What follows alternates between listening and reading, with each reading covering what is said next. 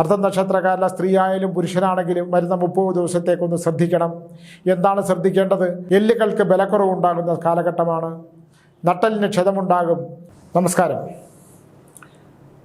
മനുഷ്യനെ ഹൃദയത്തോട് ചേർത്ത് പിടിച്ചാലും നമ്മുടെ ദുഃഖദുരിതങ്ങളെല്ലാം മാറ്റിവെച്ചുകൊണ്ട് അവനെ സ്നേഹിച്ചാലും, നമ്മൾക്ക് വിശക്കുമ്പോൾ നമ്മൾ അവനെ ഭക്ഷണം കൊടുത്താലും അവൻ മറന്നു പോകും. മനുഷ്യൻ മറന്നു പോകും. മനുഷ്യൻ അങ്ങനെയാണ്. അവന് താൽക്കാലികമായിട്ടുള്ള നേട്ടങ്ങളും താൽക്കാലികമായിട്ടുള്ള സ്നേഹപ്രകടനങ്ങളിലൂടെ അവൻ നമ്മളെ മറ്റൊരു ലോകത്ത് കൊണ്ടെത്തിക്കും. ഇല്ലെങ്കിൽ നമ്മളെ അവൻ്റെ ലോകത്തിലേക്ക് ചെന്നപ്പെടും. അത് മനുഷ്യൻ്റെ സ്വഭാവമാണ്. കഷ്ടപ്പെട്ട് വളർത്തിയ ഒരമ്മ 2 മക്കളെ കഷ്ടപ്പെട്ട് വളർത്തുന്നു. അതിലൊരു മകൻ അകാലത്തിൽ അപകടത്തിൽ മരണപ്പെടുന്നു. ഭക്ഷണം കഴിക്കാനിരിക്കുമ്പോൾ ആ കൊടുത്ത ഭക്ഷണത്തിനോടുകൂടെ കൂട്ടാൻ കുറവായതുകൊണ്ട് ഒരു നാരങ്ങ മേടിക്കാം എന്ന് പറഞ്ഞ്, നാരങ്ങ അച്ചാർ മേടിക്കാം എന്ന് പറഞ്ഞ് റോഡ് ഇടുന്ന ഭക്ഷണം അങ്ങനെ തന്നെ അടച്ചു വയ്ക്കുന്നതിന് മുമ്പ് തന്നെ ഇറങ്ങി റോഡ് ക്രോസ് ചെയ്യാൻ ശ്രമിക്കുമ്പോൾ ഒരു വാഹനം ഇടിച്ച് മരണപ്പെടുന്നു. ഒന്ന് ആലോചിച്ച് നോക്കണം.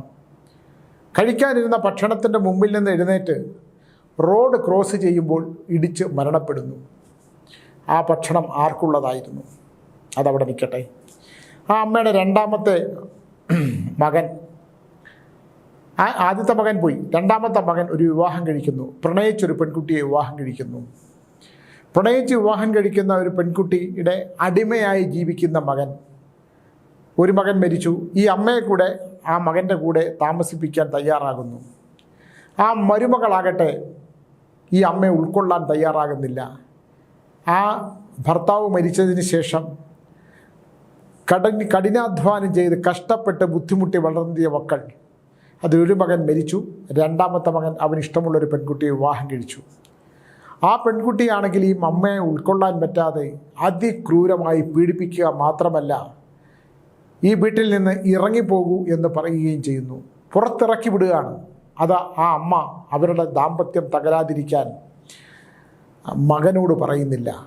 മകന് അറിയാമെങ്കിൽ കൂടി ഒരു പക്ഷേ മകൻ കണ്ടടയ്ക്കുന്നു. കാരണം വാർദ്ധക്യത്തിലേക്ക് നടന്ന് നീങ്ങുന്ന അമ്മയേക്കാൾ വലുത് യൗവനയുക്തയായ തൻ്റെ ഭാര്യയാണ് എന്ന് വിശ്വസിക്കുന്ന മകൻ, അവനെ കഷ്ടപ്പെട്ട് വളർത്തിയതിൻ്റെയും ബുദ്ധിമുട്ടിയതിൻ്റെയും പഠിപ്പിച്ചതിൻ്റെയും അവനൊന്ന് വയ്യാതായപ്പോൾ ചേർത്ത് പിടിച്ചുകൊണ്ട് ഓടിയതിൻ്റെയും അവന് വേണ്ടി ഉറങ്ങാത്ത രാത്രികൾ അവന് വേണ്ടി മരുന്ന് കൊടുത്ത് സേവിച്ചതും ഒക്കെ മറന്നുപോയിട്ട് ആ അമ്മയെ എങ്ങനെങ്കിലും മരണപ്പെട്ടാൽ മതി എന്ന് പറയുന്നത് കേട്ട ഒരു അമ്മയുടെ ദയനീയമായ ചിത്രമാണ് എനിക്കിന്ന് കേൾക്കാൻ കഴിഞ്ഞത്. ഇന്നിപ്പോൾ 10-ാം തീയതി മുതൽ 15-ാം തീയതി വരെ ഞാൻ മുറിപ്പാലത്തടി മാടന്തമ്പുര ക്ഷേത്രത്തിലുണ്ടായിരുന്നു.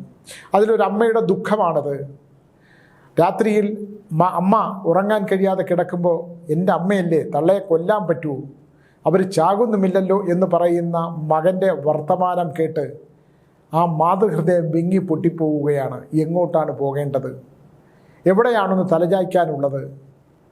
വളരെ ഒരുപാട് ലക്ഷക്കണക്കിന്, എനിക്ക് തോന്നുന്നു ദശലക്ഷക്കണക്കിന് മാതാപിതാക്കളുടെ നൊമ്പരങ്ങളിൽ ഒന്ന് മാത്രമാണ് ഞാൻ ഈ പറഞ്ഞത്. കാരണം മക്കളെപ്പോഴും അച്ഛനമ്മമാരെ സ്നേഹിക്കണം എന്നവരാഗ്രഹിക്കുന്നു. വന്നു കയറുന്ന പെൺകുട്ടികൾ ഒരു പക്ഷേ അവരെ സ്നേഹിക്കണമെന്നില്ല. മനുഷ്യൻ്റെ സ്നേഹം ഇല്ലാതായി പോകുമ്പോൾ ഇവിടെയാണ് ഞാൻ മൃഗങ്ങളുടെ സ്നേഹത്തെക്കുറിച്ച് പറയുന്നത്. ഇന്നലെ എന്നെ ബാംഗ്ലൂരിൽ നിന്ന് ഒരു കുടുംബം കാണാൻ വന്നു. അവർക്കൊരു കാര്യങ്ങളുമില്ല, എന്നെ വെറുതെ ഒന്ന് കാണാൻ വേണ്ടി വന്നതാണ്. അവരെന്നെ DNA-യിലെ വാർത്തകളൊക്കെ കാണുന്നതാണ്. 7 മണിയാവുമ്പോൾ അവർ വാർത്തകൾ കേൾക്കും. എനിക്ക് വളരെ സന്തോഷം തോന്നി. ഒരു കാര്യവുമില്ല, അവിടുന്ന് കാറോടിച്ച് ഇവിടം വരെ വരുമ്പോൾ. അപ്പോൾ ഞാൻ അവരുടെ ഫലം പറയാനൊന്നും അറിയില്ല സ്വാമി, ഞങ്ങൾ വന്നത് വെറുതെ സ്വാമിയെ ഒന്ന് കാണാൻ വേണ്ടി വന്നതാണ്. വളരെ സന്തോഷം. അപ്പോൾ അവിടെ അമ്പലത്തിലായതുകൊണ്ട് ഞാൻ ഫലം പറഞ്ഞുകൊണ്ടിരിക്കുന്ന സമയമായതുകൊണ്ടും ഞാൻ ചോദിച്ചു, അമ്മയ്ക്ക് എങ്ങനെ 3 മക്കളാണോ എന്ന് ചോദിച്ചു. ഇല്ല, 2 മക്കളേ ഉള്ളൂ. അല്ല, ഒരു മകളെ കൂടെ കാണുന്നുണ്ടല്ലോ. ഒരു മകൻ, ഹൃദയം കൊണ്ട് ചേർത്ത് പിടിച്ച ഒരു മകൻ, അമ്മയുടെ ഹൃദയവുമായിട്ട് ബന്ധപ്പെട്ടൊരു മകൻ, ഒരു ഹൃദയത്തിൻ്റെ സ്പന്ദനം അറിഞ്ഞ ഒരു മകനും കൂടെ അമ്മയ്ക്ക് ഉണ്ടായേ പറ്റുകയുള്ളൂ എന്ന് പറഞ്ഞപ്പോൾ അമ്മ പറഞ്ഞു, ഇല്ല, 2 കുട്ടികളെ ഉണ്ടായിട്ടുള്ളൂ. അവിടെ അദ്ദേഹം, അമ്മയുടെ ഭർത്താവായിട്ടുള്ളൊരു നല്ല മനുഷ്യൻ, അദ്ദേഹം ബാംഗ്ലൂരിലാണ്, അദ്ദേഹം നന്നായി പാടും. ഞാൻ ചോദിച്ചു, കലാകാരനാണല്ലേ എന്ന് ചോദിച്ചു. മകനുണ്ടായിരുന്നു. ഒക്കെ അങ്ങനെ ഉണ്ടായിരുന്നു. എനിക്ക് വളരെ സന്തോഷകരമായ ഉത്തമമായ ദാമ്പത്യം വഹിക്കുന്ന ദൈവകൃപയുള്ള അവരെ ഇങ്ങനെ കണ്ടു. അപ്പോൾ അമ്മ പറഞ്ഞു, ഇല്ല, ഒരാളെ ഉണ്ടാവുകയുള്ളൂ എന്ന്. ഞാനപ്പോൾ എൻ്റെ കർണയക്ഷിയാണല്ലോ, എൻ്റെ കാതിൽ പറഞ്ഞൊരു കാര്യം, ഞാൻ ഈ മനുഷ്യനും മൃഗങ്ങളും തമ്മിലുള്ള വ്യത്യസ്ത ധ്രുവങ്ങളും രണ്ട് നായ്ക്കൾക്ക് കുരയ്ക്കാനേ അറിയാവൂ, പക്ഷേ ആ കുരയ്ക്കുന്ന നായ്ക്കൾക്കൊരു ഭാഷയുണ്ട്, അവരുടെ ശ്വാസത്തിനൊരു ഭാഷയുണ്ട്, അവരുടെ സ്നേഹത്തിന്, അവർ നമ്മളോട് ചേർന്ന് നിൽക്കുമ്പോൾ ഉണ്ടാകുന്ന അവരുടെ ഒരു സ്നേഹപ്രകടനമുണ്ട്. അത് പ്രകടനമല്ല, അവരുടെ ഹൃദയം നമ്മുടെ ഹൃദയത്തോട് ചേർത്ത് വെക്കുകയാണ്. അപ്പോഴമ്മ എന്നോട്, ഞാൻ പറഞ്ഞു, ഒരു നാഗവുമായിട്ട് ബന്ധപ്പെട്ടിട്ടുള്ള ഒരു നാൽക്കാലി, ഒരു നാഗത്തിൻ്റെ ദുരന്തം, അത് സംഭവിച്ചേ പറ്റൂ, അതെങ്ങനെയാണ് എന്ന് ചോദിച്ചു. അപ്പോൾ അമ്മ പറഞ്ഞു, ആ അമ്മയുടെ കണ്ണുകൾ നിറഞ്ഞു. ഒരു നായ, ഒരു ഭൈരവൻ, ഞങ്ങളുടെ ഉപാസകരുടെ ഭാഷയിൽ ഒരു ഭൈരവൻ, ആ ഭൈരവനെ അമ്മ സ്നേഹിക്കുന്നു, ആ കുടുംബക്കാരെ സ്നേഹിക്കുന്നു, ഭക്ഷണം കൊടുക്കുന്നു, മക്കളെ പോലെ വളർത്തുന്നു, മകനെ പോലെ വളർത്തുന്നു. ഭയങ്കര സ്നേഹമാണ്. നായ്ക്കളെ സ്നേഹം അറിയുമല്ലോ, ഭക്ഷണം കൊടുത്താലും സ്നേഹിച്ച് വളർത്തിയാലും നന്ദികേട് കാണിക്കാത്ത നായ്ക്കൊക്കെ നന്ദി എന്ന് പറയുന്നത് വളരെ വലുത്. മനുഷ്യനില്ലാതെ പോകുന്നതും മനുഷ്യൻ മറന്നു പോകുന്നതും മനുഷ്യന് സ്മരണയില്ലാത്തതും അവൻ്റെ പൂർവ്വജന്മാർജിതമായി അവനിൽ വന്നു ചേർന്നതാണ്. പക്ഷെ നായ്ക്കൾ അങ്ങനെയില്ല.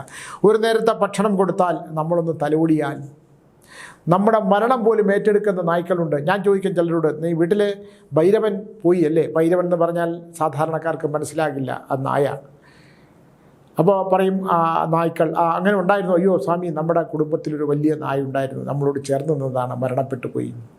അപ്പോൾ ഈ അമ്മ പറഞ്ഞൊരു കാര്യം, ഒരു നാഗമായിട്ട് ബന്ധപ്പെട്ടിട്ടുള്ള മൃത്യുവാണ്. ഒരു നാഗം പ്രസവിച്ചുകൊണ്ട്, അണലിയൊക്കെ അങ്ങനെയാണ്, പ്രസവിച്ചുകൊണ്ട് അതിങ്ങനെ സഞ്ചരിക്കുമ്പോൾ, അത് വരുമ്പോൾ ഈ അമ്മയുടെ പ്രിയപ്പെട്ട നായ അതിനെ കയറി പിടിച്ചു, അതിങ്ങനെ ചുറ്റിയിട്ട് അവനെ കൊത്തി. അവൻ കൊണ്ടുകൊണ്ട് ഈ അമ്മയുടെ അടുത്തേക്ക് ഓടിയെത്തുകയാണ്. അമ്മ പറയുന്നത് അവനിങ്ങനെ ചേർത്ത് പിടിക്കുന്നതാണ്. അത്ര സ്നേഹമുള്ള അത് മരിച്ചുപോയി, അത് ഭൂമിയിൽ നിന്ന് യാത്രയായി. അത് ഇപ്പോഴും അവരുടെ അവരെ വീടിൻ്റെ ഏതോ ഭാഗത്ത് തന്നെ അടക്കം ചെയ്തു. അപ്പോൾ ഞാൻ പറഞ്ഞു വന്നത്, ആ അമ്മയുടെ നെഞ്ചിലേക്ക് ചേർന്ന് നിൽക്കുന്ന ആ നാൽക്കാലി, ആ ഭൈരവൻ, മഹാദേവൻ്റെ വാഹനമാണ്. അത് പിന്നെ അതിൻ്റെ ഒരു ദുഃഖം, അതിൻ്റെ ഒരു സ്നേഹം, ആ വേർപെട്ട് പോയിട്ടും വർഷങ്ങളായിട്ട് അമ്മയുടെ കണ്ണുകൾ നിറഞ്ഞൊഴുകി എൻ്റെ മുമ്പിൽ. ഇന്നലെ മുറിപ്പാലത്തടി മാടൻ തമ്പുരാൻ ക്ഷേത്രത്തിൽ നടന്നതാണ്. ഭൈരവന്മാർക്കുള്ള, നായ്ക്കളെന്ന് പറയുന്നില്ല ഞാൻ, ആ ഭൈരവന്മാർക്കുള്ള സ്നേഹം അല്ലേ? മനുഷ്യനാണെങ്കിൽ അങ്ങനെയല്ല, സ്വന്തം പെറ്റ തള്ളയെപ്പോലും നോക്കാത്ത, നോവിക്കുന്ന അല്ലേ? അങ്ങനെയല്ല നമ്മൾ പറയാൻ പറ്റുള്ളൂ. നൊന്ത് പ്രസവിക്കുന്ന, ലോകത്തിലെ ഏറ്റവും വലിയ വേദന എന്ന് പറയുന്നത് പ്രസവ വേദനയാണ്. ഏറ്റവും വലിയ വേദന. ആ അമ്മയെ തല്ലുന്നവരും, അമ്മയെ ചിന്തിക്കാത്തവരും, അമ്മയുടെ അവസാന വാർദ്ധക്യകാലത്തെ രോഗദുരിതങ്ങളെക്കുറിച്ച് അറിയാത്തവരും, അമ്മയെ സ്നേഹിക്കാത്തവരും, ഭാര്യയുടെ മതാലസനായ ഭാര്യയുടെ വാക്കുകൾ കേട്ട് അമ്മയെ തള്ളിപ്പറയുന്നവരും, അമ്മയുടെ വാക്കുകൾക്ക് വില കൽപ്പിക്കാത്ത, മാതാവിൻ്റെ മൂല്യങ്ങളെ തിരിച്ചറിയാത്ത, ഭാര്യയുടെ വാക്കുകൾ കേൾക്കുന്ന ആ മനുഷ്യരുടെ, പുരുഷൻ എന്ന് പറഞ്ഞ് മീശയും വെച്ച് നടക്കുന്ന, ഈ മീശ എങ്ങനെ വളർന്നു എന്നുള്ളതും അവൻ്റെ മസിൽ ശരീരം എങ്ങനെ ഉണ്ടായി എന്നുള്ളതൊക്കെ അവൻ മറന്നു പോകും. കിളവിയെ കൊണ്ട് എവിടെയെങ്കിലും കളയാൻ പറ്റുമോ, ചത്തു തൊലയുന്നില്ലേ എന്ന് പറയുന്നത് കേൾക്കുമ്പോൾ ആ വിങ്ങുന്ന മാർദ്ദ ഹൃദയത്തിൻ്റെ വേദന ഞാൻ നേരിട്ട് ബോധ്യപ്പെട്ടിട്ടുള്ള ഒന്നാണ്. നേരിട്ട് ബോധ്യപ്പെടേണ്ടി വന്നു അല്ലേ? അവർക്കൊക്കെ കിട്ടുന്ന ശിക്ഷ ചെറുതൊന്നുമല്ല. ഈ സ്വന്തം ഭർത്താവൊക്കെ എന്തുണ്ടായി? വാർദ്ധക്യത്തെ മാനിക്കാത്ത, നരച്ച തലയുള്ള, വിവരം തലച്ചല്ലേ തല നരയ്ക്കും, മസിലുകൾ നഷ്ടപ്പെടും, യൗവനം നഷ്ടപ്പെടും, ക്രോധം നിൽക്കും, മോഹാദികളെല്ലാം നഷ്ടപ്പെടും. അത് ശരീരത്തിൻ്റെ ഒരു പ്രോസസ്സാണ്. ആ പ്രോസസ്സുകളെല്ലാം നഷ്ടപ്പെട്ട് കഴിയുമ്പോൾ അവർ തിരിച്ചറിയും. അപ്പോൾ അമ്മ ഭൂമിയിൽ ഉണ്ടാകണം എന്നില്ല. പക്ഷേ അമ്മയുടെ മനോവേദന ശപിച്ചില്ലെങ്കിൽ കൂടി, ഒരു കവിത ഉണ്ട്, ഞാൻ പറഞ്ഞു കേട്ടിട്ടില്ലേ? ഒരു മകൻ ഒരു അമ്മയെ കൊന്നിട്ട് ഹൃദയം എടുത്തുകൊണ്ട് ഓടുകയാണ്. ഒരു കവിതയാണ്, പ്രസിദ്ധമായ ഇംഗ്ലീഷ് കവിതയാണ്. എടുത്തുകൊണ്ട് ഓടുമ്പോൾ അവൻ കാല് തട്ടി നിലത്ത് വീണ് അമ്മയുടെ ഹൃദയം തെറിച്ചു പോകുമ്പോൾ ആ ഹൃദയം അവനോട് ചോദിക്കും, മകനെ നിനക്ക് വേദനിച്ചോ എന്ന്. അതാണ് മാതൃഹൃദയത്തെക്കുറിച്ചിട്ടുള്ള നമ്മുടെ കൺസെപ്റ്റ് അല്ലേ? മാതാവിനെക്കുറിച്ച്, അമ്മയെക്കുറിച്ചിട്ടുള്ള നമ്മുടെ കൺസെപ്റ്റ് അതാണ്. അങ്ങനെയുള്ള അമ്മയെ തിരിച്ചറിയാത്ത ഒരു ലോകത്തു കൂടിയാണ് മാതാവും പിതാവും ഉണ്ട്. തിരിച്ചറിയാത്തൊരു ലോകത്തിലൂടെ നമ്മൾ സഞ്ചരിക്കുമ്പോൾ, യൗവനം കഴിഞ്ഞ് ശൈശവവും ബാല്യവും കൗമാരവും യൗവനവും കഴിഞ്ഞ് വാർദ്ധക്യാവസ്ഥയിലേക്ക് പോകുമ്പോൾ നമ്മൾ ചെയ്തു പോയ പാപങ്ങൾ നമ്മളെ വേട്ടയാടി തുടങ്ങും. അത് പൂർവ്വജന്മത്തിൽ നിന്ന് തന്നെ തുടങ്ങും. അതുകൊണ്ട് മാതാക്കളെ വാർദ്ധക്യത്തെ തിരിച്ചറിയുക എന്ന് പറയുന്ന ഒരു വലിയ സത്യം ഞാൻ പറഞ്ഞു തരികയാണ്. മറ്റവൻ്റെ കട്ട മുതൽ അല്ലെങ്കിൽ മറ്റവന് അവകാശപ്പെട്ട സ്വത്ത്, ഭർത്താവ് ഉണ്ടാക്കിയ സ്വത്ത് ഭാര്യയുടെ പേരിലായതുകൊണ്ട് മാത്രം എല്ലാം അവകാശം പറഞ്ഞ് തട്ടിയെടുത്താൽ ജീവിതത്തിൻ്റെ അവസാന കാലം ദുരിതപ്പെടും എന്നുള്ള ഒരു വാർത്ത കൂടെ എനിക്ക് ഈ അടുത്ത കാലത്ത് ഞാൻ ബോധ്യപ്പെടേണ്ടി വന്നു. ഭർത്താവിൻ്റെ സ്വത്താണ് മുഴുവൻ, ഭർത്താവ് ഉണ്ടാക്കിയ സ്വത്താണ്, എല്ലാം ഭാര്യയുടെ പേരിലുണ്ടാക്കി. പക്ഷേ ഒരു ഘട്ടം കഴിഞ്ഞപ്പോൾ അവർ തമ്മിൽ തെറ്റിയപ്പോൾ ഒരു സ്വത്തും കൊടുക്കൂല, എല്ലാം എൻ്റേതാണ്, എൻ്റെ അമ്മ ഉണ്ടാക്കി തന്നതാണ്, എൻ്റെ പിതാമഹന്മാരുണ്ടാക്കി തന്നതാണ്, ഇയാൾ എനിക്കൊന്നും ഉണ്ടാക്കി തന്നിട്ടില്ല, ഇയാൾ എനിക്ക് ദുഃഖം മാത്രമേ ഉണ്ടാക്കി തന്നിട്ടുള്ളൂ, ഇയാൾ എനിക്ക് കഷ്ടപ്പെട്ടിട്ടില്ല, ഇതൊക്കെ ഞാൻ ഉണ്ടാക്കിയതാണ് എന്ന് പറഞ്ഞ് നിയമപരമായി ഒഴിവാക്കിപ്പോയ ഒരു സ്ത്രീ ക്യാൻസർ ബാധിച്ച് അതിഭീകരമായ, എവിടെയാണ്, സംസാരശേഷിയില്ലാത്ത ആ നാവ് കൊണ്ടാണ് വിചാരിച്ചത്, നാവിൽ ക്യാൻസർ, ഭക്ഷണം കഴിക്കാൻ വയ്യ, ആർക്കാണ് എപ്പോഴാണ് എന്ത് വരണമെന്നുള്ളത് അറിയില്ല, നാവിൽ ക്യാൻസർ ബാധിക്കുന്നു, അത് ശരീരമാസകലം പടരുന്നു, വേദന കൊണ്ട് പിടയുന്നു, സ്വത്തും പണവും കൊണ്ട് കോടിക്കണക്കിന് ലക്ഷക്കണക്കിന് രൂപ ബാങ്കിൽ കിടപ്പുണ്ട്.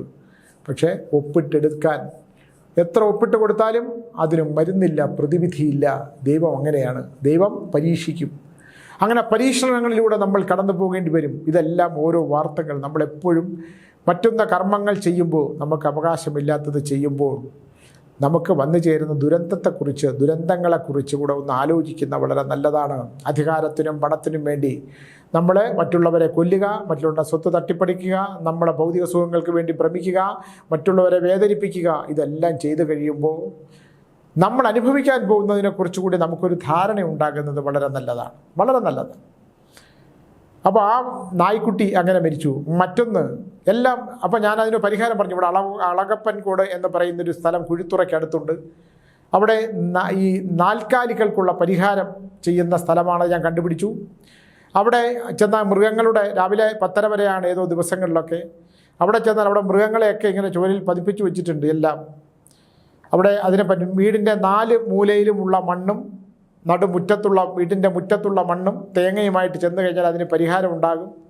അങ്ങനെ പരിഹാരമെടുത്തു കഴിഞ്ഞാൽ അതിൻ്റെ ആത്മാക്കൾക്ക് മോക്ഷപ്രാപ്തി കിട്ടും എന്നുള്ളൊരു വിശ്വാസമുണ്ട്. ഇവിടെ തിരുവനന്തപുരം കഴിഞ്ഞ് കുഴിത്തുറയ്ക്കടുത്തുള്ള അളകപ്പൻകോട് എന്ന് പറയുന്ന ഒരു സ്ഥലമാണെന്നാണ്. ഞാൻ പോയിട്ടില്ല, എനിക്ക് ടീച്ചറേയും കുട്ടിയൊന്ന് പോകണം. കാരണം ഞാൻ പണ്ട് ഒരു കോഴിയെ കൊന്നിട്ടുണ്ട്, അതിൻ്റെ ദുഃഖം എനിക്ക് ഇപ്പോഴും ഉണ്ട്. നല്ല ഉത്തമമായ ഒരു കോഴിയെ ഞാൻ വീട്ടിൽ വിരുന്നുകാർ വന്നപ്പോൾ കോഴിയെ കൊല്ലാൻ എല്ലാവർക്കും മടി.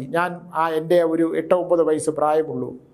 ഞാൻ അതിനെ ഒരു കഴുത്തിലൊരു കുരുക്കിട്ടിട്ടൊരു ഏണിയിലെടുത്ത് വെച്ചിട്ട് ഏണിയെടുത്ത് മാറ്റിയിട്ട് ഞാനങ്ങ് പോയി. അതിൻ്റെ പാപം എനിക്കുണ്ട്.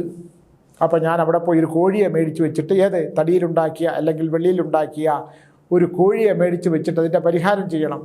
അല്ലാതെ ഞാൻ ഒരു ദ്രോഹവും ഒരു മൃഗങ്ങൾക്കും ചെയ്തിട്ടില്ല. മുയലിനെയും കിളിയും ഒക്കെ വളർത്തിയിട്ടേ ഉള്ളൂ. പിന്നെ ഒരു മൈനയെ ഞാൻ പിടിച്ചു. 5ാം ക്ലാസ്സിൽ പഠിക്കുമ്പോൾ ഒരു മൈനയെ കിട്ടി. ഈ മൈനയെ കൊണ്ടുവന്ന് പക്ഷികൾ പറക്കാനുള്ളതാണ്, അതേ കൊണ്ടുവന്ന് ഞാൻ ഒരു നൂലിൽ കെട്ടിയിട്ട് ആ മുറിക്കുള്ളിൽ ഈ ഏണിയിൽ തന്നെ കെട്ടി വെച്ചിരുന്നു. വൈകുന്നേരം ചെന്നപ്പോൾ അതിനെ പൂച്ച കടിച്ച് അതിന് തലയില്ലാതായി. ഇപ്പോൾ ആ 2 ദ്രോഹം എൻ്റെ കയ്യിൽ നിന്ന് പറ്റിയിട്ടുണ്ട്. അപ്പോൾ അവിടെ ഈ അളകപ്പൻകോട് ക്ഷേത്രത്തിൽ പോയി അതിനുള്ള പരിഹാരം ചെയ്യേണ്ടതുണ്ട്. പിന്നെ മറ്റൊന്ന്, ഇന്നിപ്പോൾ ധാരാളം പേര് വന്നതിലൊന്ന്, ഒരാൾ ഞാൻ ചോദിച്ചു, ഇങ്ങനെ നാൽക്കാലി ദോഷം ഇപ്പോൾ കണ്ണയച്ച് കറക്റ്റായിട്ട് പറയും, മനുഷ്യനെ കൊല്ലുന്നതിനേക്കാൾ ഭീകരമാണ് സംസാരിക്കാത്ത, വെറും കുരയ്ക്കുകയും ചിലയ്ക്കുകയും ചെയ്യുന്ന പക്ഷികളെയും മൃഗങ്ങളെയും നമ്മൾ കൊല്ലുന്നത്. ഒരാളാണെങ്കിൽ, ഒരാളുടെ അപ്പൂപ്പൻ, ഇന്ന് വന്നതിൽ ഒരാളുടെ അപ്പൂപ്പൻ ഒരു പാമ്പിനെ, അദ്ദേഹത്തിൻ്റെ സുഹൃത്ത്, പാമ്പിനെ അല്ല, ഒരു നാൽക്കാലി, ഒരു ഭൈരവനെ, അദ്ദേഹത്തിൻ്റെ സുഹൃത്ത് പേ പിടിച്ച് മരിച്ചു കഴിഞ്ഞപ്പോൾ എന്ത് പറ്റി, അദ്ദേഹത്തിന് ഭയമായപ്പോൾ ഈ വീട്ടിലെ നായ കുരച്ചപ്പോൾ അതിനെ അതിഭീകരമായി അടിച്ചു കൊന്നിട്ട് അതിൻ്റെ ദുരിതം അദ്ദേഹം ഇപ്പോൾ അനുഭവിച്ച് കിടക്കുകയാണ്. അത് അനുഭവിച്ചേ പറ്റുള്ളൂ. നായ്ക്ക് പേ പിടിച്ചാൽ ശരിയാണ്, അത് മനുഷ്യന് പേ പിടിച്ചാൽ അത് ഭീകരാവസ്ഥയാണ്. പക്ഷേ നമുക്കൊരു നാൽക്കാലിയെ കൊന്നു കഴിഞ്ഞാൽ അപ്പോൾ എന്നാ ചോദിക്കും, ഇറച്ചി വെട്ടുകാരൻ എന്നും നമ്മൾ മട്ടണും ചിക്കനും ഒക്കെ തിന്നുന്നില്ലേ, നമ്മളവർ കൊല്ലുന്നില്ലേ? അതിൻ്റെ ഫലങ്ങളൊക്കെ ജന്മാന്തരങ്ങളായി അനുഭവിക്കേണ്ടി വരും. ഒരു ഉറുമ്പിനെ പോലും കൊന്നാൽ, നമ്മൾ നടന്നു പോകുമ്പോൾ അതുവഴി ഒരു ഉറുമ്പിൻ്റെ വരികൾ ഇങ്ങനെ പോകുമ്പോൾ നമ്മൾ കാലുകൊണ്ട് ചവച്ചരച്ചാൽ പോലും ജീവനുള്ള ഒന്നിനെ പോലും നമുക്ക് കൊല്ലാനുള്ള അവകാശമില്ല എന്നുള്ള ഒരു സത്യം നമ്മൾ മനസ്സിലാക്കണം. അത് ഭഗവാൻ കൊടുത്ത ജീവിതമാണ്, ജന്മമാണ്. നീ ഉറുമ്പിന് കൊടുത്ത ജീവിതമാണ്. ഉറുമ്പരിക്കുന്ന സ്ഥലങ്ങളുണ്ട്. അത് അതിലൂടെ ജീവിക്കാനായിട്ടും അതിലൂടെ പോകാനുമായിട്ട് ഈശ്വരൻ കൊടുത്ത വഴിയാണ്. ആ വഴി നിനക്ക് വേണ്ട എന്ന് വിചാരിച്ച് നിനക്കതിനെ കൊല്ലാനുള്ള എന്ത് അവകാശം? ഉറുമ്പിനെ കടിക്കാനേ അറിയാവൂ, ഇല്ലേ? ഒരു ഗുരുവും ശിഷ്യനും കൂടെ, ഞാൻ പറഞ്ഞിട്ടുള്ള കഥയാണ്, ഒരു ഗുരുവും ശിഷ്യനും കൂടെ വള്ളത്തിൽ പോവുകയാണ്. വളരെ ഒരു നാടോടി കഥയാണ്. വള്ളത്തിൽ പോകുമ്പോൾ ഒരു തേള് വെള്ളത്തിൽ കിടന്ന് പിടയ്ക്കുന്നു. വെള്ളത്തിൽ കിടന്ന് പിടയ്ക്കുമ്പോൾ ഗുരു അതിനെ ഇങ്ങനെ നോക്കിക്കൊണ്ടേയിരിക്കും. അപ്പോൾ മറ്റേ ശിഷ്യൻ കൈകൊണ്ട് തേളിനെ ഇങ്ങനെ എടുക്കാൻ ശ്രമിക്കുമ്പോൾ ആ തേള് രണ്ട് കൈകൊണ്ടും ആ ശിഷ്യൻ്റെ കൈപ്പത്തി കടിച്ച് ചോര ഇങ്ങനെ വലിച്ച് കുടഞ്ഞെറിയും. എന്നിട്ട് ചോദിക്കും, ഗുരുവേ, ഞാൻ ഈ വെള്ളത്തിൽ മുങ്ങിച്ചാവാൻ തുടങ്ങുന്ന ഒരാളെ ഒരു ജീവി അതിനെ രക്ഷിക്കാൻ, ഈ തേളിനെ രക്ഷിക്കാനല്ലേ ശ്രമിച്ചത്? അതെന്തിനാണ് എന്നെ എൻ്റെ കയ്യിലിറുക്കി എന്നെ ചോര വരുത്തി എന്നെ വേദനിപ്പിച്ചെന്ന് ചോദിക്കുമ്പോൾ ശാന്തശീലനായിട്ടുള്ള ആ ഗുരു പറയും, അതേ അറിയാവൂ, അതിൻ്റെ സന്തോഷം എന്ന് പറയുന്നത് വേദനിപ്പിക്കാനാണ്. അത് തേള് കൊണ്ട് കുത്തുമ്പോൾ മാത്രമാണ് അതിന് തൃപ്തി ഉണ്ടാകുന്നത്. അതിൻ്റെ ജീവൻ രക്ഷിച്ചെന്ന തൃപ്തിയാണ് ഈ രണ്ട് കൊമ്പും കൊണ്ടതിനെ നിന്നെ കുത്തിയത് എന്ന് പറയുമ്പോൾ അങ്ങനെയുള്ള മനുഷ്യരുമുണ്ട്. ഓരോ മനുഷ്യർക്ക് അവന് എന്താണോ അവൻ്റെ കർമ്മം അനുസരിച്ച് ചെയ്യേണ്ടത്, ആ കർമ്മം അനുസരിച്ച് അവൻ്റെ തൃപ്തിക്കനുസരിച്ച് അവൻ ചെയ്യുന്നതാണ് അതിൻ്റെ ശരികൾ. അപ്പോൾ എന്താണ് നിനക്ക് അർഹതയുള്ളത്? മുങ്ങിച്ചാവാൻ എടുത്താൽ ശ്രമിക്കുവാണെങ്കിൽ, അവനെ രക്ഷിക്കാൻ ശ്രമിച്ചാൽ, ആ മുങ്ങിത്താഴുന്നവനെ രക്ഷിക്കാൻ ശ്രമിച്ചാൽ, നമ്മളുടെ മുങ്ങിത്താഴുമെന്ന് പറഞ്ഞാൽ പോലും ഒരാൾ വെള്ളത്തിൽ മുങ്ങിയാൽ നമ്മൾ എടുത്തു ചാടും. പക്ഷേ അവന് നീന്താൻ അറിഞ്ഞൂടെങ്കിൽ, ഇവൻ കുറച്ച് നീന്താൻ അറിയുന്നവനാണെങ്കിൽ നമ്മളിവിടെ മുങ്ങിച്ചാവുക തന്നെ ചെയ്യും. നാടോടി കഥകളിലൊക്കെ ഒരുപാട് അർത്ഥവത്തായിട്ടുള്ള ഒരുപാട് കാര്യങ്ങളുണ്ട്. അതുകൊണ്ട് അതിൽ നിന്നൊക്കെ ഉൾക്കൊള്ളാൻ പറ്റുന്നതൊക്കെ നമ്മൾ ഉൾക്കൊള്ളാൻ പറ്റാത്തതിനെയൊക്കെ നമ്മൾ ഉപേക്ഷിക്കണം. അപ്പം ഞാൻ ഈ പറഞ്ഞു വന്നത്, നമ്മൾ ഏതെങ്കിലും തരത്തിൽ നാൽക്കാലികളെ കൊന്നിട്ടുണ്ടെങ്കിൽ, കൊല്ലാൻ വിധിക്കപ്പെട്ടിട്ടുണ്ടെങ്കിൽ, മറ്റൊരാളെൻ്റെ അടുത്ത് പറഞ്ഞു അതിന് നാൽക്കാലി ദുരിതമാണ്. എന്താണ്? അതിന് രോഗം വന്നപ്പോൾ കൊണ്ട് കളഞ്ഞു. നമ്മളെപ്പോഴും ആലോചിക്കണം, നാൽക്കാലിയെ സംബന്ധിച്ചിടത്തോളം അവൻ ചെറുതായി അവിടെ ജീവിച്ച് അവൻ അവിടെ വളർന്നിട്ടുണ്ടെങ്കിൽ, അവൻ അവിടെ ഭക്ഷണം കഴിച്ച് വളർന്നിട്ടുണ്ടെങ്കിൽ, ഒരു നേരം ആഹാരം കൊടുത്തിട്ടുണ്ടെങ്കിൽ അവനെ എത്ര ദൂരെ കളഞ്ഞാലും അവൻ തിരിച്ചു വരും. അവന് വഴി തെറ്റിപ്പോകും. വഴി തെറ്റിപ്പോയാൽ അവൻ്റെ വേദനയുണ്ട്. അവൻ കുരച്ച് വല്ല വണ്ടിക്കടിയിലാവും, അല്ലെങ്കിൽ പട്ടിണി കിടന്ന് ചാവും. അതിൻ്റെ ദുരിതം കൊണ്ട് കടന്ന് ആൾ അനുഭവിച്ചേ പറ്റൂ. അങ്ങനെ ഒരു നായ കൊണ്ട് നടന്ന ആൾ ഒരാൾ എന്നോട് പറഞ്ഞു, സ്വാമി, ഞാൻ നല്ലവണ്ണം പഠിച്ചിട്ടുണ്ട്, എനിക്ക് നല്ല വിദ്യാഭ്യാസ യോഗ്യതയുണ്ട്, പക്ഷേ എൻ്റെ ജീവിതം മുഴുവൻ താറുമാറായിപ്പോയി. ഞാൻ അതെന്താണ്? എനിക്കറിയില്ല സ്വാമി. അപ്പം ഞാൻ ചോദിച്ചു, താങ്കളെ വീട്ടിൽ പശുക്കളെ വളർത്തിയിരുന്നു? ആ, വളർത്തിയിരുന്നു. താങ്കളെ പശുക്കുട്ടികളെ ഉപദ്രവിക്കുമായിരുന്നു? ഇല്ല, ഞാൻ ഉപദ്രവിക്കാറില്ലായിരുന്നു.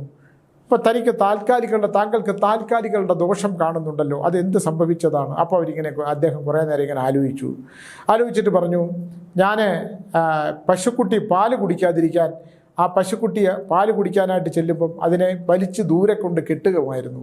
അത് കറവക്കാരൻ വന്നു കഴിഞ്ഞ് അവൻ മുഴുവൻ പാലും കറന്നു പോയതിന് ശേഷം മാത്രമാണ് ഞാൻ കുട്ടിയെ അഴിച്ചു വിടത്തുള്ളൂ. അതുവരെ ഞാനതിനെ അവിടെ കൊണ്ട് കെട്ടിയിടും. അതിങ്ങനെ ഉറച്ച് നിലവിളിക്കും. അത് മാത്രമല്ല, അതിൻ്റെ അമ്മയും നിലവിളിക്കും. കാരണം ആ മാതാവിൻ്റെ പാൽ, ഇപ്പോൾ അമ്മ ഒരു കുഞ്ഞ് ജനിച്ചു കഴിഞ്ഞാൽ ആ കുഞ്ഞിൻ്റെ ഇത്ര വയസ്സ് പ്രായം വരെ അതിനെ മടിത്തട്ടിൽ വെച്ച് ആ മുലപ്പാൽ കൊടുക്കുന്നത് പോലെ ആ ഒരു പശുക്കുട്ടിക്ക് അവകാശപ്പെട്ട പാല് പറവക്കാരൻ കവർന്നെടുത്തുകൊണ്ടുപോയി വിൽക്കുന്നു. ഇയാൾ കുട്ടിക്കാലത്ത് എന്താ ചെയ്തത്? ആ പശുക്കുട്ടിയെ പിടിച്ചു കൊണ്ടുപോയി അച്ഛൻ്റെ അമ്മയോ ആഗ്രഹപ്രകാരം, ഇല്ലെങ്കിൽ അപ്പൂപ്പൻ്റെ ആഗ്രഹപ്രകാരം ഇതിനെ പിടിച്ച് മാറ്റിക്കൊണ്ട് കിട്ടുകയും അത് ദാഹിച്ച് ആ മുലപ്പാലിന് വേണ്ടി ദാഹിച്ച് കരഞ്ഞതിൻ്റെ ദുരിതം. അപ്പോൾ എന്താ ചോദിക്കുക, സ്വാമി, ഇതിനെല്ലാം ഇങ്ങനെ പറഞ്ഞാൽ നമുക്കാർക്കും ഒന്നും ചെയ്യാൻ കഴിയില്ലല്ലോ എന്ന് പറയും. പക്ഷെ ഞാൻ പറഞ്ഞത് അതല്ല. അതിന് അവകാശപ്പെട്ടത് നമ്മളത് കൊടുത്തേ പറ്റുള്ളൂ. അങ്ങനെ അവകാശപ്പെട്ടത് കൊടുത്തില്ലെങ്കിൽ ആ ദുരിതം നിനക്കെന്താണ്? നിനക്ക് അത് കുറച്ച് പാല് കുടിച്ചോട്ടെ, ആദ്യത്തെ 10-25 ദിവസം അത് പാല് കുടിച്ച് വളർന്നോട്ടെ. അതിന് ശേഷം മാത്രം പോരെ ആ പാൽ ചുരത്തി കൊടുക്കുകയുള്ളൂ. അപ്പോൾ ഈ അമ്മയും കരയും, തൻ്റെ പാൽ മുഴുവൻ മറ്റേ കറവക്കാരൻ വന്നും ബലിഷ്ഠമായ കരങ്ങൾ കൊണ്ട് പിഴിഞ്ഞെടുക്കുന്നതിന് മുമ്പ് എൻ്റെ കുഞ്ഞിനിത്തിരി പാൽ കൊടുക്കാൻ കഴിയുന്നില്ലല്ലോ എന്നുള്ള അമ്മയുടെ ആ വീർപ്പുമുട്ടലുണ്ടല്ലോ, മാതാവായിട്ടുള്ള പശുമാതാവിൻ്റെ ദുഃഖം ഭയങ്കരമാണ്. അപ്പം നമ്മളിങ്ങനെ ആലോചിക്കുമ്പോൾ ഏറ്റവും ചെറുതായിട്ടുള്ള നമ്മൾ ചെയ്തിട്ടുള്ള കാര്യങ്ങൾ പോലും, അല്ലേ, ചെറുതായിട്ടുള്ള കാര്യങ്ങൾ പോലും ആ വലിയ വലിയ കാര്യങ്ങളായിട്ട് മാറുന്നുണ്ട്. ഇപ്പോൾ മുത്തശ്ശി ഒരു കുഞ്ഞിനെ സ്നേഹിച്ചു. അവൻ വളർന്ന് വലുതായി. അവൻ വലുത് വിദേശത്തേക്ക് പോയതിനു ശേഷം ഒരിക്കൽ പോലും വളർന്നതിന് ശേഷം വന്നിട്ടില്ല. മുത്തശ്ശിയുടെ ഏറ്റവും അവസാനത്തെ ആഗ്രഹം അവനെ ഒന്ന് വലുതായി അവനെ ഒന്ന് കാണണമായിരുന്നു. അവൻ ഒരിക്കലും അവരെക്കുറിച്ച് അന്വേഷിക്കുകയോ കാണുകയോ ചെയ്തില്ല. അപ്പോൾ അച്ഛനമ്മമാർ പറയും, മുത്തശ്ശി ഒന്ന് അന്വേഷിച്ചിരുന്നു. നിന്നെ മുത്തശ്ശി അന്വേഷിച്ചിരുന്നു, കിളവിക്ക് വേറെ ജോലിയില്ലാത്തത് കൊണ്ടല്ലേ, പിന്നെ ഞാൻ വരുന്നു അവരെ കാണാൻ എന്നൊക്കെ പറയും. പക്ഷേ അവനെ കാണാതെ മുത്തശ്ശി മരിച്ചു. മുത്തശ്ശി മരിച്ചിട്ട് എന്താ സംഭവിച്ചത്? അവൻ വിദേശത്താണ്. വിദേശത്ത് അവൻ്റെ മുറിക്കുള്ളിൽ ഈ മുത്തശ്ശിയുടെ പ്രേതാത്മാവ് ചെല്ലുന്നു. ആലോചിക്കൂ, മുത്തശ്ശിയുടെ പ്രേതാത്മാവ് ചെല്ലുന്നു. കാണാനുള്ള ആഗ്രഹം. ഞാൻ പിന്നെ അതുപോലുള്ള പ്രേത വിഷയങ്ങളിൽ ഒന്ന് രണ്ട് വിഷയങ്ങളും കൂടെ ഇപ്പോൾ എനിക്ക് കിട്ടിയിട്ടുണ്ട്. ഞാനത് സ്ക്രീൻ അയച്ചു തരാൻ പറഞ്ഞു. ഒരു വീട്ടിൽ ഒരു പ്രേതാത്മാവ് സഞ്ചരിക്കുന്നത് കിട്ടുകയാണെങ്കിൽ ഞാനത് എൻ്റെ DNA പ്രേക്ഷകരെ കാണിക്കാം. അപ്പോൾ മുത്തശ്ശി 7 കടലും കടന്ന് അമേരിക്കയിൽ എത്തിയിരിക്കുന്നു. എന്താ അവരുടെ മനസ്സിൻ്റെ ആഗ്രഹം? കുട്ടിക്കാലത്ത് അവനെ ചോറ് വാരിക്കൊടുത്ത് കഥകൾ പറഞ്ഞു കൊടുത്ത മുത്തശ്ശി, മുത്തശ്ശി ഇവൻ വളർന്നു കഴിയുമ്പോൾ അവനെ കാണാൻ ചെല്ലുന്നില്ല. കാണാൻ ചെല്ലാത്തത് കൊണ്ട് പറ്റി മരണശേഷം 7 കടലും കടന്ന് അവിടെ എത്തിയിരിക്കുന്നു. അമ്മുമ്മയെ ഞാൻ സ്വപ്നം കാണുന്നു, എൻ്റെ മുറിക്കുള്ളിൽ വ്യത്യാസങ്ങളുണ്ടാകുന്നു, എൻ്റെ കിടക്കയിൽ മുത്തശ്ശിയുടെ സാന്നിധ്യം അറിയുന്നു, സാമീപ്യം അറിയുന്നു സ്വാമി എന്ന് പറയുമ്പോൾ നമ്മളിതിനെന്ത് മറുപടിയാണ് പറയേണ്ടത്? നമുക്കൊരു മറുപടിയും പറയാൻ കഴിയില്ല. പ്രേതാത്മാക്കളില്ല എന്നും മരണാനന്തര ജീവിതമില്ല എന്നും വിശ്വസിക്കുന്നവരോട് ഇത്തരം കഥകളൊന്നും പറയാനില്ല. ഞാൻ പിന്നെ പറഞ്ഞു പോകുന്നതേ ഉള്ളൂ. പ്രേതബാധയുണ്ടെന്നും മരണശേഷം ജീവിതമുണ്ടെന്നും ചെയ്യുന്ന കർമ്മങ്ങൾക്ക് ശേഷം ചെയ്യുന്ന കർമ്മങ്ങളനുസരിച്ച് പല വില കൊടുക്കേണ്ടി വരുമെന്നും സ്വന്തം മാതാവിനെ വേദനിപ്പിച്ച മക്കൾക്ക്, പെൺമക്കൾക്ക്, അമ്മയെ വേദനിപ്പിച്ച അമ്മയുടെ പെൻഷൻ തട്ടിയെടുത്ത പെൺമക്കൾക്ക്, അമ്മയുടെ സ്വർണ്ണമൂരി മേടിച്ച പെൺമക്കൾക്ക്, അവരെല്ലാം ജീവിതത്തിൻ്റെ 2ാം ഘട്ടം തുടങ്ങുമ്പോൾ ആയുസ് കൊണ്ട് നീട്ടിക്കൊടുത്തുകൊണ്ട് ആരോഗ്യപരമായിട്ടുള്ള വിഷയങ്ങളിൽ കിടന്ന് ചക്രശ്വാസം വലിക്കുന്ന ഒരുപാട് നിരവധി ഉദാഹരണങ്ങളുടെ മുമ്പിലാണ് ഞാൻ ജീവിക്കുന്നത്. മാതാപിതാക്കളെ സ്നേഹിക്കുകയും അവരുടെ വയസ്സായി കഴിയുമ്പോൾ അവരെ നമ്മൾ ചേർത്ത് പിടിക്കുക തന്നെ വേണം. വാർദ്ധക്യം കണ്ണുകളിലെ കാഴ്ച നശിപ്പിക്കും, ഞരമ്പുകളിലെ ഊർജ്ജം നശിപ്പിക്കും, രക്തയോട്ടം നശിപ്പിക്കും. പക്ഷേ നമ്മളെ രക്തം, ഊർജ്ജവും കണ്ണിൻ്റെ കാഴ്ചയും കൂടുതലുള്ളപ്പോൾ ഒരു കാലത്ത് നമ്മളെ പിടിച്ചു നടന്ന, നമ്മളെ എടുത്തു നടന്ന വാർദ്ധക്യാവസ്ഥയിലുള്ള അച്ഛനമ്മമാരുടെ മനസ്സിൻ്റെ ദുഃഖങ്ങൾ, അവരുടെ മനസ്സിന് നമ്മൾ സന്തോഷം പകർന്നു കൊടുത്തില്ലെങ്കിൽ നമ്മൾ അനുഭവിക്കാൻ പോകുന്ന മാരകമായ വിപത്തിനെക്കുറിച്ച് ഒന്നുകൂടെ ഞാൻ ഓർമ്മിപ്പിക്കുകയാണ്. അത്തം നക്ഷത്രമാണ്. അത്തം നക്ഷത്രക്കാർ ശ്രദ്ധിക്കേണ്ട കാലമല്ല. പക്ഷേ കടബാധ്യതകൾ നമ്മളറിയാതെ വന്നു ചേരും. നമ്മൾ എത്ര ശ്രദ്ധിച്ചാലും കടബാധ്യതകൾ വന്നു ചേരും. അത്തം നക്ഷത്രക്കാരിലെ സ്ത്രീ ആയാലും പുരുഷനാണെങ്കിലും വരുന്ന 30 ദിവസത്തേക്കൊന്ന് ശ്രദ്ധിക്കണം. എന്താണ് ശ്രദ്ധിക്കേണ്ടത്? പരസ്പരം കലഹങ്ങളില്ലാതെ, ധനപരമായ കാര്യങ്ങൾക്ക് ബുദ്ധിമുട്ടുകൾ വരാതെ, കടം കൊടുക്കാതെ, മേടിച്ച കടം തിരിച്ചു കൊടുക്കാൻ പറ്റാതെ ഇനിയും കടം മേടിച്ച് പലിശകൾ വർദ്ധിപ്പിക്കാതിരിക്കാൻ നോക്കണം. ലോട്ടറി എടുത്താൽ പോലും ഭാഗ്യം ഉണ്ടാകണമെന്നില്ല എന്ന് വിചാരിച്ച് ലോട്ടറി സ്ഥിരമായിട്ട് എടുക്കുന്ന അത്തം നക്ഷത്രക്കാർക്ക് ലോട്ടറി എടുക്കാം. എല്ലുകൾക്ക് ബലക്കുറവുണ്ടാകുന്ന കാലഘട്ടമാണ്. നട്ടലിന് ക്ഷതമുണ്ടാകും. രക്തത്തിൽ പ്രമേഹത്തിൻ്റെ അളവ് കൂടും. ഇതെല്ലാം ഇപ്പോഴത്തെ സംക്രമണത്തിൽ സംഭവിക്കുന്നതാണ്. അത്തം നക്ഷത്രക്കാർക്ക് ചെറിയ ചെറിയ മാറ്റങ്ങളൊക്കെ ഉണ്ടാകണമെങ്കിലും പൂർവ്വജന്മ ദോഷം കൂടെ ഒരുമിച്ച് സഞ്ചരിക്കുന്നത് കൊണ്ട് വീട്ടിൽ ചിത്തിര ചോദ്യം ആയില്യം ഒക്കെ ഉണ്ടെങ്കിൽ ഒന്ന് ശ്രദ്ധിക്കുന്നത് നല്ലതാണ്. രോഹിണി നക്ഷത്രവും കാർത്തിക നക്ഷത്രവും ഒന്ന് ശ്രദ്ധിക്കുന്നത് നല്ലതാണ്. ഈ കൂട്ടത്തിൻ്റെ കൂടെ ഉള്ളതാണ്. ഒരേ ഗൃഹത്തിലുണ്ടെങ്കിൽ മാത്രം. ഭരണിയും പുണർദവും നക്ഷത്രം ഉണ്ടെങ്കിലും ശ്രദ്ധിക്കേണ്ട കാര്യമാണ്. അപ്പോൾ ഇത്തരം നക്ഷത്രങ്ങളും കൂടെ നമ്മളൊന്ന് ശ്രദ്ധിച്ചുകൊണ്ട് അത്തം നക്ഷത്രക്കാർ തലയ്ക്ക് ക്ഷതമുണ്ടാകാതെ നോക്കുക, തലയിടിക്കാതെ നോക്കുക. കണ്ണുകൾക്ക് രോഗമുണ്ടെങ്കിൽ, പല്ലുകൾക്ക് രോഗമുണ്ടെങ്കിൽ, ചെവിക്ക് രോഗാവസ്ഥയുണ്ടെങ്കിൽ, കഴുത്തിന് മുകളിൽ രോഗാവസ്ഥയുണ്ടെങ്കിൽ ഡോക്ടറെ തീർച്ചയായും കാണണം. പല്ലുകൾക്ക് ക്ഷതം സംഭവിക്കാനുള്ള കാലഘട്ടമാണ്. നാഗദുരിതങ്ങൾ ഏൽക്കാനുള്ള കാലമായതുകൊണ്ട് വിഷാംശം ഉള്ളിൽ ചെല്ലാതെ നോക്കണം. നാഗദുരിതം സംഭവിച്ചിട്ടുണ്ട്. അത് ശരിക്കും പറഞ്ഞാൽ 60 ദിവസത്തേക്കുണ്ട്. എന്നാലും ചിങ്ങം വരെ ഉള്ളത് എടുത്താൽ മതി. അതുകൊണ്ട് 30 ദിവസത്തേക്കുള്ള ഫലങ്ങൾ എടുത്തു കഴിയുമ്പോൾ വിഷാംശം ഉള്ളിൽ പോകാതിരിക്കാനും, നഖം കടിക്കുന്ന സ്വഭാവമുണ്ടെങ്കിൽ അത് പൂർണ്ണമായി നിർത്തണം. കിടക്കയിൽ കിടക്കുന്നതിന് മുമ്പ് കൈകാലുകൾ ശുചിമാക്കിയിട്ടും നഖങ്ങൾ വെട്ടി ശുചിമാക്കിയിട്ടും ജീവിച്ചില്ലെങ്കിൽ ഉള്ളിൽ വിഷം കടന്നു ചെല്ലാനുള്ള സാധ്യത കൊണ്ട് അത്തരം കാര്യങ്ങളൊക്കെ ശരീരശുദ്ധി, മനസ്സിന് ശുദ്ധി ഉണ്ടാവും. ശരീരശുദ്ധിയെ കൊണ്ട് ചുറ്റുമുള്ള കിടക്കയിലുള്ള ശുദ്ധിയും ഒക്കെ ഒന്ന് ശ്രദ്ധിക്കണം. സ്ത്രീകളാണെങ്കിൽ അശുദ്ധി കാലമാണെങ്കിൽ പുരുഷന്മാരിൽ നിന്ന് മാറിക്കിടക്കാനും ശുദ്ധിയായിട്ട് വസ്ത്രം ധരിക്കാനും ശുദ്ധിയായി ശരീരം ശുദ്ധി ചെയ്യാനും പ്രത്യേകം ശ്രദ്ധിക്കണം. കാരണം അവരുടെ ഈ നാഗം ഉണർന്നു വരുന്ന കാലമായതുകൊണ്ട് ചില പ്രത്യേകതകൾ ഉണ്ടാകും എന്നുള്ളത് കൊണ്ട് അത്തം നക്ഷത്രക്കാരായ സ്ത്രീകൾ പുരുഷന്മാരുടെ സാമീപ്യത്തിൽ നിന്ന് അകന്നു നിൽക്കണമെന്നാണ് ഈ 30 ദിവസത്തേക്കുള്ളത്. ഇത്രയും കാര്യങ്ങളാണ് ഉള്ളത്. രണ്ടാമത്, കുട്ടികൾ അത്തം നക്ഷത്രക്കാർക്കുണ്ടെങ്കിൽ അവർക്ക് കുറച്ച് കടുംപിടുത്തം കൂടുതലുണ്ടാകും. ആ കടുംപിടുത്തത്തിനുള്ള ചെയ്യാൻ പറ്റുന്ന കാര്യങ്ങളൊക്കെ ചെയ്തു കൊടുക്കുക. അത്തരം കാര്യങ്ങളൊക്കെ ചെയ്തു കൊടുത്താൽ തന്നെ വളരെ പ്രശ്നങ്ങളില്ലാതെ വലിയ ബുദ്ധിമുട്ടില്ലാതെ മുമ്പിലോട്ട് പോകും. അത്തം നക്ഷത്രക്കാർ മോശം നക്ഷത്രമല്ല. പക്ഷേ ബാക്കിയുള്ള നക്ഷത്രക്കാരുടെ ദോഷം കൂടെ ഒരുമിച്ച് ചേർന്ന് വരുമ്പോൾ, വീട്ടിലുള്ള മറ്റു നക്ഷത്രക്കാരുടെ കൂടെ ഒരുമിച്ച് വരുമ്പോൾ അത്തം നക്ഷത്രക്കാർക്ക് ശക്തി കൂടുതലായതുകൊണ്ട് അവരൊന്ന് ജയിച്ചു നിൽക്കും എല്ലായിടത്തും. എന്നാലും തോറ്റു കൊടുക്കാനുള്ളൊരു മനസ്സുകൂടെ ഉണ്ടാകണമെന്ന് പറഞ്ഞുകൊണ്ട് നിർത്തുന്നു. നന്ദി, നമസ്കാരം.